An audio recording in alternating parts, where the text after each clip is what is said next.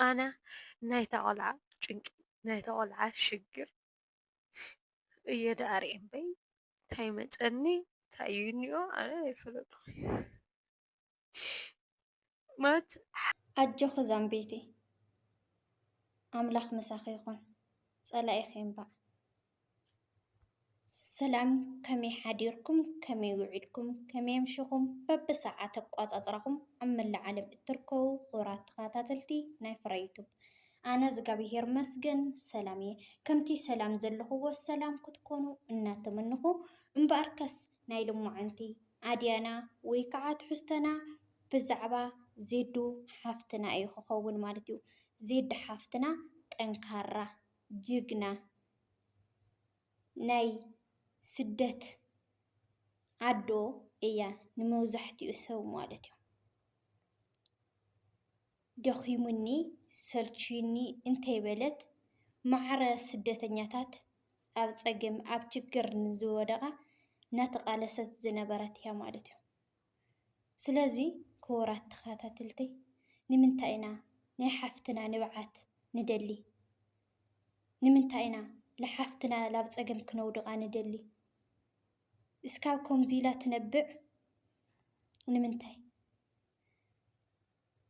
እዚ ቪድዮ በጃኸን ካብ ቲክቶክ ኣብ ፌስቡክ ሸር ዝበልኩኑ ኣውፅኡ ኢላ ኣላ ወዶ ንምንታይ ዘይነውፅኦ ንምንታይ ሓበሻ ንሓበሻ ባዕልና ንባዕልና ኣሕሊፍና ንጓሃሃው ዋ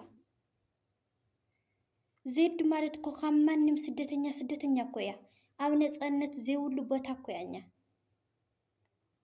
እና ንዓዓ ፅቡቕ ኣይኮነን ነታ ቆልዓ ይሕግዝ ኣለኹ ካብ ፀገም የውፅእ ኣለኹ ካብቲ ዘላቶ የጋላግል ኣለኹ በጃኺ ዜድ ሓፍተይ ርድእኒ ካብቲ ዘለኽዎ ኢላ ስለ ዝተነጋገረታ ካብቲ ዘላቶ ንኽተውፅኣ ካብቲ ፀገም ካብቲ ችግር ንኽተጋላግላ ደኣ እያ እቲ ቪድዮ ሸር ኢላቶ እምበር ንዓዓ ላብ ኩንድዚ ፀገም ዘእቲ ኣይመሰላን ስለዚ ኣሕዋተይ ፈሎው ላይክ ቪው ኣይኮነን ዝዓቢ ሂወት ሰብ እዩ ዝዓቢ እዛ ቆልዓ እዚኣ ብዘይ ምስትውዓል መጀመርያ እዚ ቪድዮ ሰሪሓ ሸር ኢላቶ ኣላ ምክንያቱ መፍትሒ ኣብ ሚድያ ዶ ክርከብ ይኽእል ኢላ ማለት እዩ ግን ኣሕዋትና ለባማት ናይዚ ዓዲ ኩሉ ነገር ዝፈልጡ እዚ ከኣቲ የውልን ንዓኺ ሳዕብየን ከውርድ ይኽእል እዩ ስለዚ በጃኺ ኣውፅዮ ስለ ዝበልዋ ንሳ ኣውፅያቶ ምስ ኣውፀቶ ተቐባቢልክን ሸር ዝበልኩን እውን ኣውፅኡ ኢላ ብኣምና ኣረጋዊ ብመላእኽቲ ካብ መላእኽቲ ዝዓቢ እንታይ ኣሎ ኣውፅኡ እንተተባሃልክን ኣይተሰምዓን ወድኹም ጓላትኩም ንምንታይ ከማና ሓፍትና እኮ እያ ስደተኛ እኮ እያ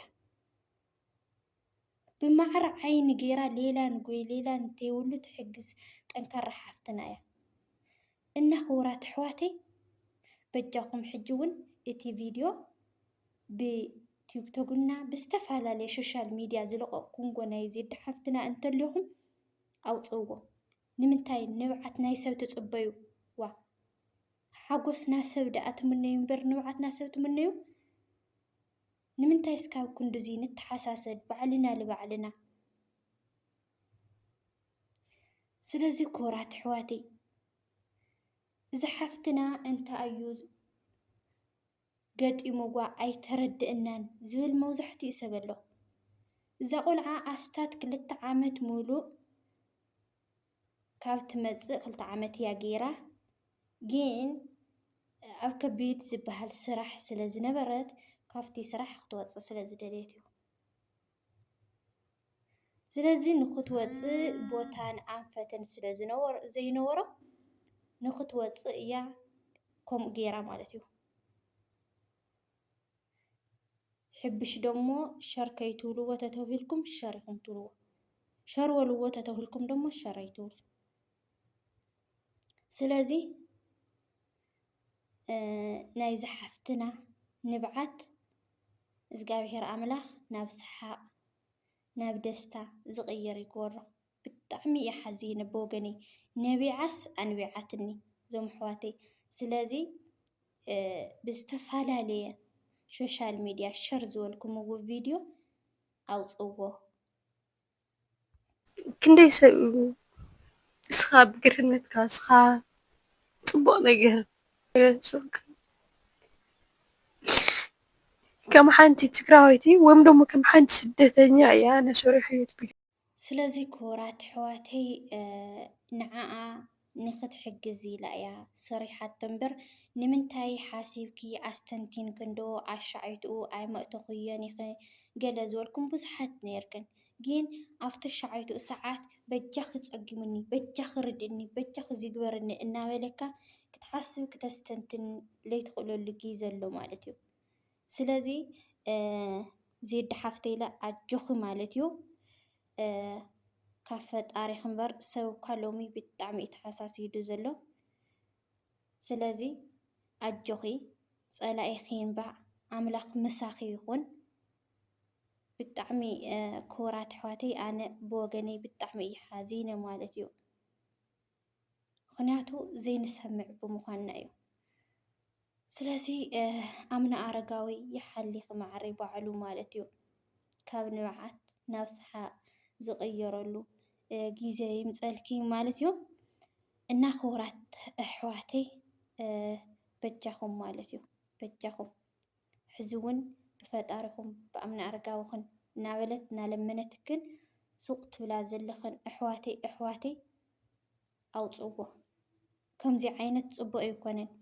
ኣይኮንዶ ኣብ ነፃነት ዘይብሉ ዓዲ ተቐሚጥካ ኣብ ነፃነት ዘለዎ ተኮይንካ ኳስ ንሂወትካ ለስግእ ግዜ ኢና ዘለና ኣብዚ ሕጂ ሰዓት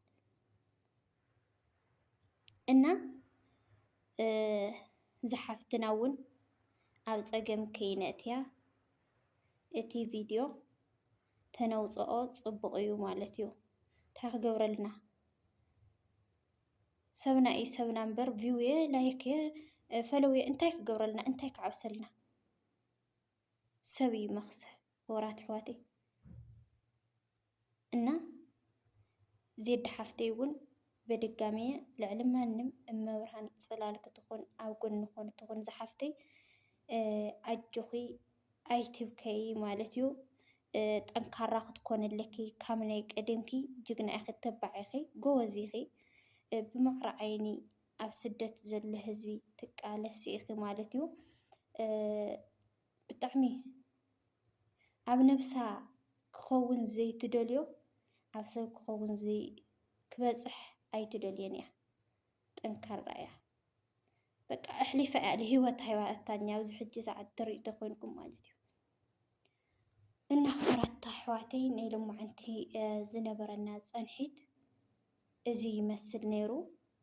ብዝቕፅል ብካሊእ ቪድዮ እስካብ ንራኸብ ስሰናዩ ንዓኹም እናበልኩ ነዚ ቪድዮ እንተፈቲኹምዎ ብድጋሚ ላይክ፣ ሸር፣ ሳብስክራይብ እናገበርኩም ምትዋዕኹም ኣይፈለየን ክብለኩም ይፈቲ ዳይ ናብ 12 ከይ ማለት እዩ። ክቡራት ተኸታተልቲ ሕዚ እውን ምትዋዕኹም ኣይፈለየን ክብለኩም ይፈቲ። ባይ ባይ። ሰናይ ቅንያት